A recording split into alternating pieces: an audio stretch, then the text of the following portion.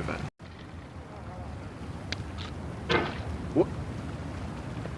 No. There's no feeling more intense than starting over. If you deleted your homework the day before it was due, as I have, or if you left your wallet at home and you have to go back after spending an hour in the commute. If you won some money at the casino and then put all your winnings on red but it came up black.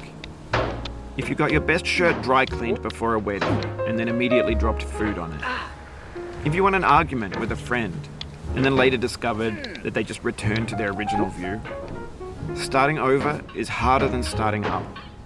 If you're not ready for that, like if you've already had a bad day, then what you're about to go through might be too much. Feel free to go away and come back. I'll be here. Alright, thanks for coming with me on this trip. I'll understand if you have to take a break at any point.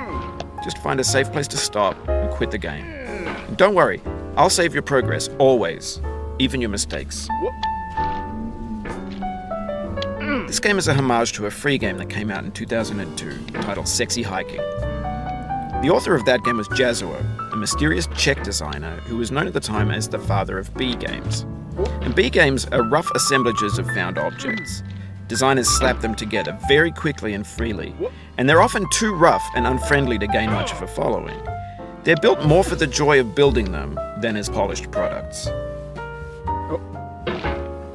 In a certain way, Sexy Hiking is the perfect embodiment of a B game. It's built almost entirely out of found and recycled parts, and it's one of the most unusual and unfriendly games of its time.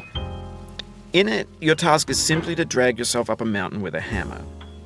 And that act of climbing, in the digital world or in real life, has certain essential properties that give the game its flavor. No amount of forward progress is guaranteed. Some cliffs are too sheer or too slippery. And the player is constantly, unremittingly in danger of falling and losing everything. Anyway, when you start Sexy Hiking, you're standing next to this dead tree that blocks the way to the entire rest of the game. It might take you an hour to get over that tree, and a lot of people never got past it. You prod and you poke at it, exploring the limits of your reach and your strength, trying to find a way up and over.